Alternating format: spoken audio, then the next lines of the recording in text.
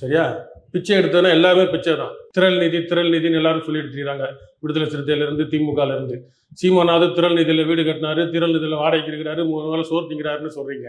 திரள் நிதியில் கருணாநிதி என்ன பண்ணாரு? எத்தனை பேரோட போனாரு? யார் யாரோட எங்கெங்க போனாரு திரள் நிதியில்? திமுக வசூல் பண்ணலையா நிதி? எல்லா ஒரு இயக்கமும் ஒரு குடும்பமும் பல நிதிகளை திரட்டி தான். இப்போ கம்யூனிஸ்ட் கட்சினா உண்டியல் ரூபா 10 ரூபா 5 ரூபா தீக்கதிர் பத்திரிகைக்கும் அவங்க அது வந்து நிதி திரட்டுதல். அது திரள் நிதி தான்.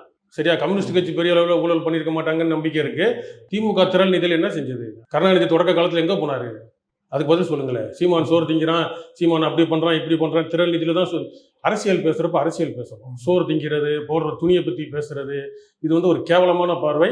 அது வந்து இவர் திருத்திக்கணும். நம்ம நாடு விடுதலை அடைஞ்சதே பல போராளிகளோட தியாகம், எடுத்த பிச்சை.